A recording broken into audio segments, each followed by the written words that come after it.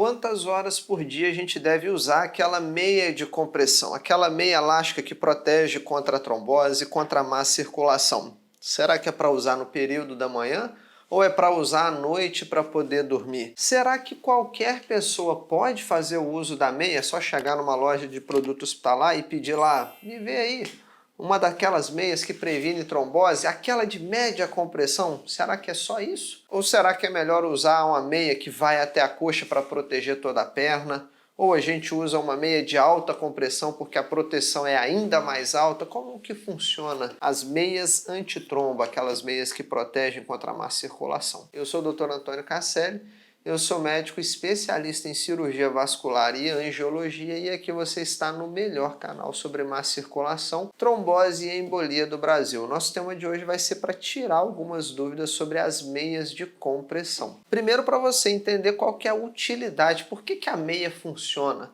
qual o efeito dela, como que ela protege a nossa circulação, o nosso organismo contra a má circulação, contra varizes, contra a trombose. Será que ela é realmente efetiva? Então vamos começar lá no início, como funciona de fato a circulação. Tudo começa na bomba, no coração.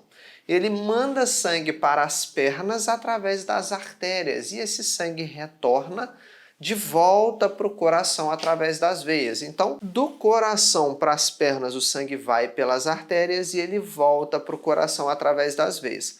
Só que eu acabei de te falar que o coração ele é uma bomba. Eu não te falei, e imagino que você também nunca tenha ouvido falar que o coração tem algum poder de sugar esse sangue de volta das pernas para o coração. A maior parte do dia a gente fica em pé ou sentado, então a gravidade joga tudo para baixo, inclusive o sangue. Então o sangue que vai para as pernas, ele tem tanto a força do coração que acabou de bombear ele, tanto a gravidade jogando ele para os pés.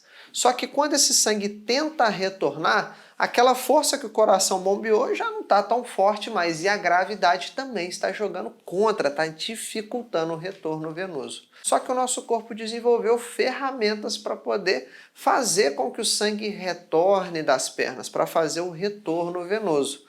Então existe um mecanismo no corpo aonde ele fica principalmente no músculo da nossa panturrilha, que é formado pelos músculos gastrocnêmio medial, gastrocnêmio lateral, os músculos soleares. Toda vez que a gente contrai e relaxa a nossa panturrilha, esses músculos literalmente apertam as veias e fazem o retorno venoso. É como se eles ajudassem a bombear o sangue das pernas de volta para o coração.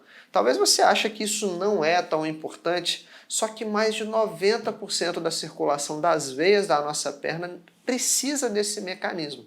Isso é tão importante que esse grupamento muscular, a nossa panturrilha, ela é conhecida como o nosso segundo coração, como o coração das nossas pernas. Então você precisa cuidar não só de um coração, mas você também precisa cuidar de dois, do segundo coração.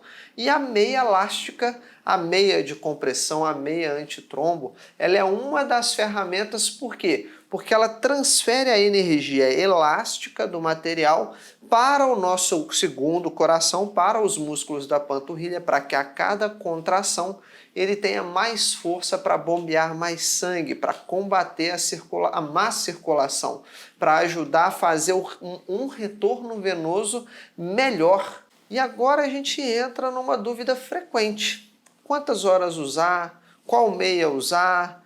Será que é melhor uma compressão média ou a alta compressão dá mais proteção? Então vamos tentar entender um pouquinho sobre isso. Mas então você já compreendeu a importância tanto do nosso segundo coração quanto da meia elástica. A meia literalmente faz o quê?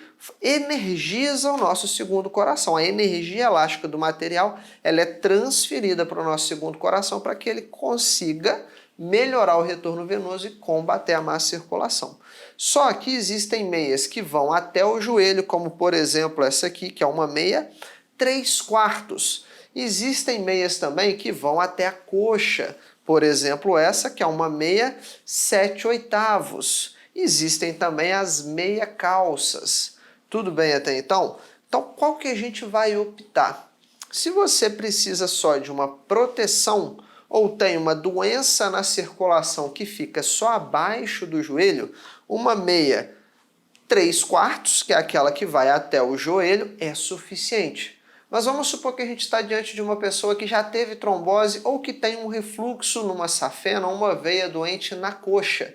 A gente precisa, obviamente, usar uma meia de maior extensão, uma meia que consiga cobrir aquela veia, que consiga atender aquela região que está doente. Então, a gente começa o nosso raciocínio dessa maneira.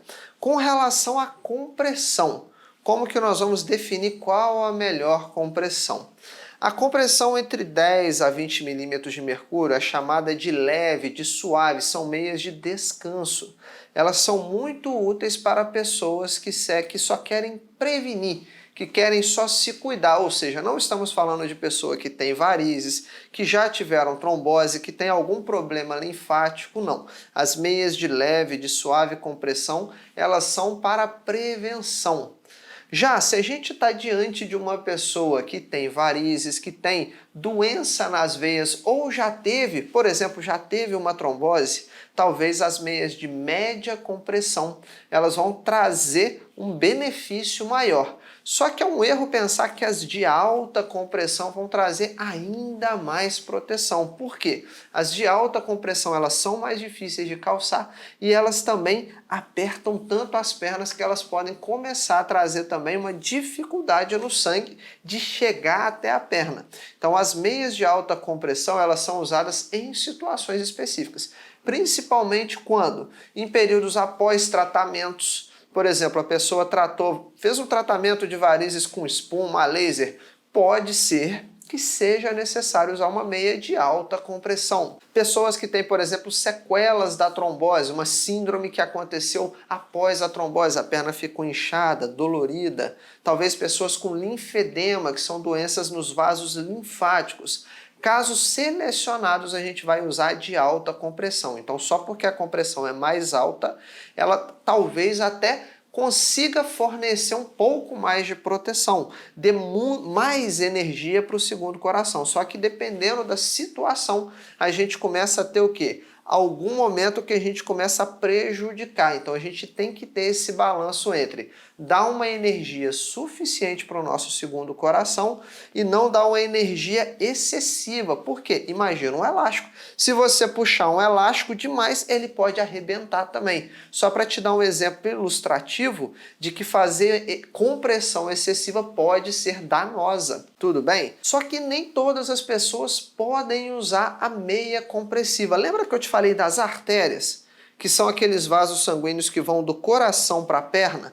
Se a pessoa tem doença nas artérias, as artérias estão trazendo sangue do coração para a perna. Se a pessoa já tem entupimento nas artérias, placas de gordura, placas de colesterol nas artérias que a gente chama de aterosclerose ou placas de ateroma, doença aterosclerótica, é os nomes técnicos para isso. Mas o que eu quero que você entenda é que são o quê? São placas de gordura, placas de colesterol que estão entupindo as artérias. Se tem placas ali já entupindo as artérias e você dá uma compressão, aperta, estreita ainda mais aquela via de passagem do sangue do coração para a perna, levando o oxigênio para a perna, você pode prejudicar uma doença arterial que aquela pessoa tem. Então a gente tem que certificar, antes de passar uma meia, se a circulação arterial da pessoa está boa, senão eu posso agravar uma doença arterial. Então a meia elástica, a meia antitromba, a meia compressiva, ela é boa para as veias.